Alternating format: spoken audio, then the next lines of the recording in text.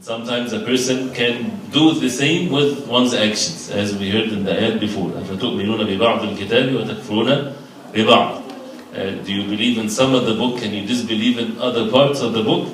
And this one, they would apply the Torah in some actions and they don't apply it in other actions when it does not bring them benefit. So the same thing can apply for those who would choose from the deen of Islam the rulings that fits their benefits, or that's how they think, their worldly benefit, and whatever does not fit them, or this is how they think, or opposes whatever their desires dictate on them, they will turn away from it or claim that this is not from the deen of Allah when it's from the deen of Allah subhanahu wa ta'ala, imitating them in the same way.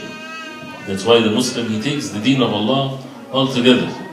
There's always this struggle between which one a person would choose, the hereafter or this world. And the decision, or this choice, sometimes it has to be this way. You cannot have both. You cannot seek both. Right? A person, the believers, they get both. But in their hearts, they're not seeking anything but the hereafter. And they're seeking the pleasure of Allah subhanahu wa ta'ala alone. And they seek the rewards of Allah subhanahu wa ta'ala in the hereafter. They don't seek it in this life. This is an attitude deep down by the heart.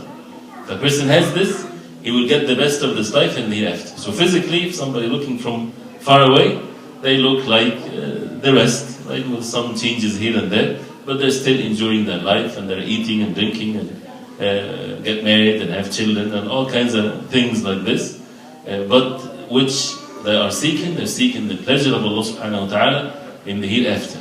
And if that's the case, once the test comes, materialistic things of this world or the reward from Allah subhanahu wa ta'ala that opposes this, they will choose what with Allah subhanahu wa ta'ala.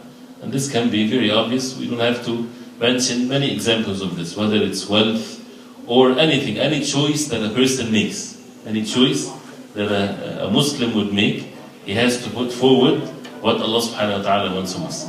Whether it's something to study, right, or whether it's a marriage, a person choosing who to marry, right, or occupation, or to make money, and to take riba or not to take riba. This should be something debatable in one's mind. Should I use riba? Should I take riba or not? But once the debate is in one's mind, that means either based on ignorance, he doesn't know the ruling, or a deficiency in one's iman. Because the believers, if they know that this is haram from Allah subhanahu wa ta'ala, even if they are given millions and millions and millions, it doesn't matter. Because this is something that Allah subhanahu wa ta'ala forbade.